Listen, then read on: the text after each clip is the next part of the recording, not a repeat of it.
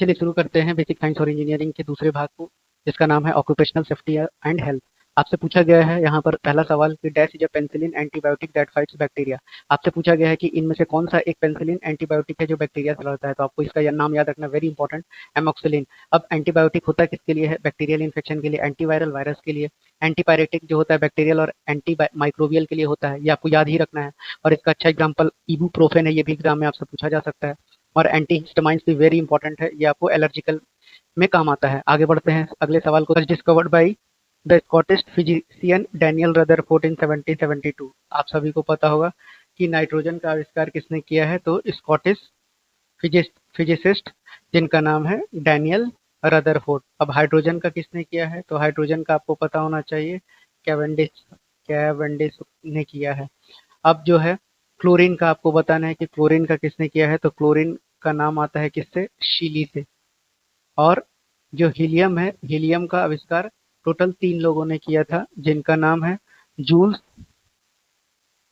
उसके बाद नॉर्मन, और एक का नाम जो है विलियम है, विलियम रामसे। आई होप आपको काफ़ी मदद मिल रहा होगा इन वीडियोज़ से। आगे बढ़ते हैं। एंटी हिस्टामाइन्स, अभी अभी बताया मैंने कि एंटी हिस्टामाइन्स जो होता है symptoms of the hay fever and the allergical infection से बचाने के लिए, यानी इसका ऑप्शन नंबर बी हो जाएगा।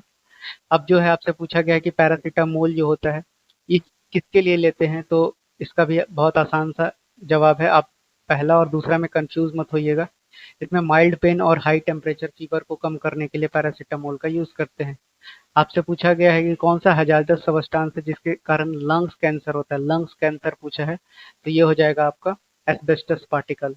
उसी तरह से आपसे पूछा गया है कि विटामिन डी का आपका विटामिन बी 1 का जो है क्या नाम है? तो विटामिन बी 1 आप सभी को पता होगा कि उसको क्या बोलते हैं? थायामीन बोलते हैं। उसी तरह बी 2 को क्या बोलते हैं? तो बी 2 को राइबोफ्लोविन बोलते हैं। ये हो गया बी 2 आपका। उसके बाद आपको नियासिन जो है बी 3 को बोलते हैं। और उसके बाद जो है बी 3 तक हो गया। अब आते हैं बी 5 जो होता है, बी 5 का नाम क्या होता है? पेंटोथेनिक एसिड होता है। उसी तरह से आपका बी 6 जो होता है पायरिडॉक्सिन होता है, पायरिडॉक्सिन। उसी तरह बी 7 जो होता है उसको बोलते हैं बायोटीन। और उसी तरह से बी 9 जो है उसको बोलते हैं फोलेट या फॉलिक एसिड का टैबलेट। और उसके बाद जो है बी 12 जो होता है साइनोकोबालामिन या कोबालामिन भी बोलते हैं आपको। आई होप आपको पसंद आ रहा होगा। Thank you.